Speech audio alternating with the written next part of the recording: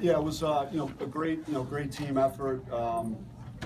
Just proud of how we battled. We had a lot of adversity in the first half with foul trouble, and we were, as everyone knows, down 3 key players in this game. So the way guys stepped up and fought through that game, they're used to playing high-level games.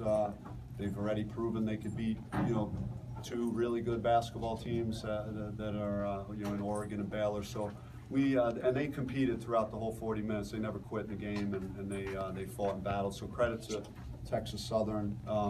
I just again, I'm amazed at and feel very blessed, fortunate to coach a guy like Zylan Cheatham tonight, and again, just almost identical to our last game, just with his overall impact on so many areas of the basketball game. So it was great for him. I thought Romello White was terrific in the first half when we needed that presence inside, and did some really good things. When you prepared for this game, did it help that Texas Southern already got your attention beating Baylor and Oregon?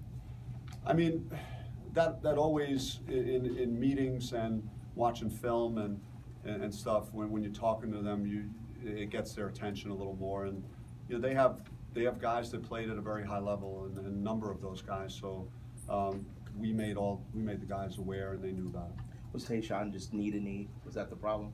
Yeah, he landed on it, and it was more of a bruise. So we went through pretty extensive testing with our doctors at halftime, and he was fine, and he said he felt okay, and it was cleared. So, and he was moving very well in the second half. When Zylan got here, did you see him as a kind of a triple threat guy? Has he got all those skills? I thought when we were preparing to play him a few years ago that I was very concerned about his versatility as a player and the different things he could do. And as I had him in practice over a year and get a chance to watch him get rebounds and lead the fast break and make good decisions, and then also be a finisher on the fast break, you just get excited about possibility, different ways that you could use his talents. And he could attack from the perimeter, and he could attack inside. So he's unselfish, as he's shown the last 2 games. As a whole, how did you feel about the team's performance on the glass? I thought that again they took a lot of long threes, and that meant when they missed, there were some long rebounds that we didn't secure. But that would be something that we got to do a little better job. I think if we have a deeper rotation and have fresher guys in for more extended periods of time, that we would come up with those. I think that was maybe a product of just some fatigue, how fast the game was. This game was played at a much faster up and down tempo than our last game, and most of our games this year. So it was great to see that we were able to be in that type of shape with a limited rotation and still be able to handle those minutes. What was your take on 19 turnovers? That's like a lot for you guys.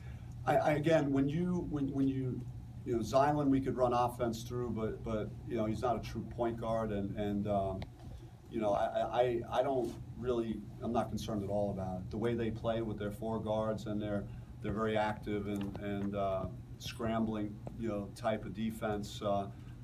That was something as we get Remy and Rob back into the lineup that I don't see as a real big issue. How close is Remy? Can you tell? Remy is he's getting there. I know I've been saying that this whole week, but he is he's getting closer every second. Do you expect him expected for Nevada? I mean, it's still up in the air as far as I'm concerned until I get more visual proof of him being out on the floor and going through practices, and he'll get more treatment tomorrow, and then we'll reassess where he's at on Monday.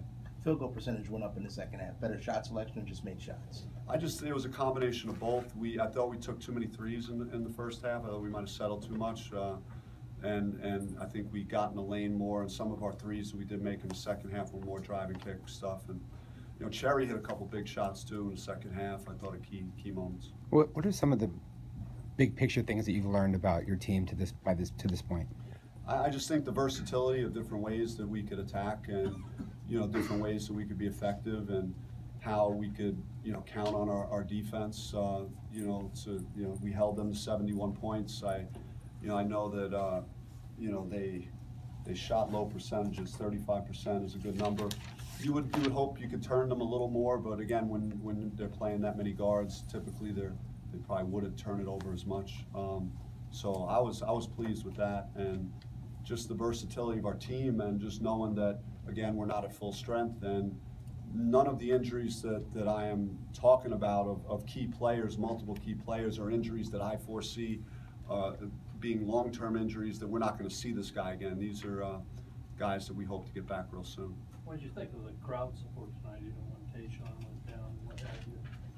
Yeah, I thought it was outstanding. I think at key times, the crowd responded to how we were playing, and in the second half especially. And it was a big time when the crowd really got energized, and I think they threw the ball out of bounds on a pick and roll. And when you have that type of noise, it rattles your opponent some. And in these type of games, you need every advantage you can get.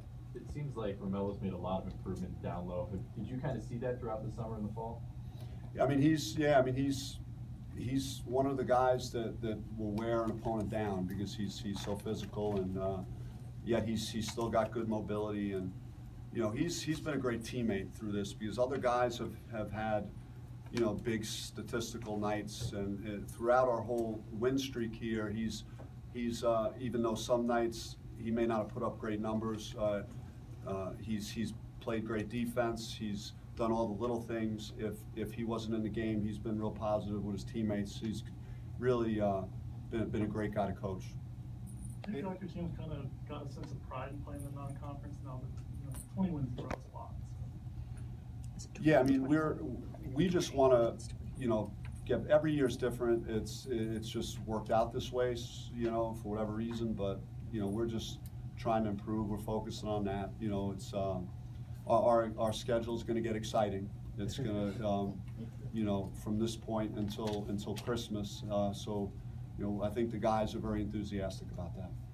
When Godman exited the game, you were kind of raising your arm, getting the crowd pumped up. Why was it important to you for the crowd to recognize it? I just think it's something that really hasn't been done here. I don't know. Do we know when it was the last 6 time? years ago. 6 years. I mean, these things don't happen too often, and he was one assist shy of doing it the other night too. So I just think when you're talking about things that are unselfish statistics, his rebounding, his passing, when you have a triple-double, it's pretty special. So I wanted everyone to let him know how excited we are for him, that he's here. If that makes sense. Thanks, guys.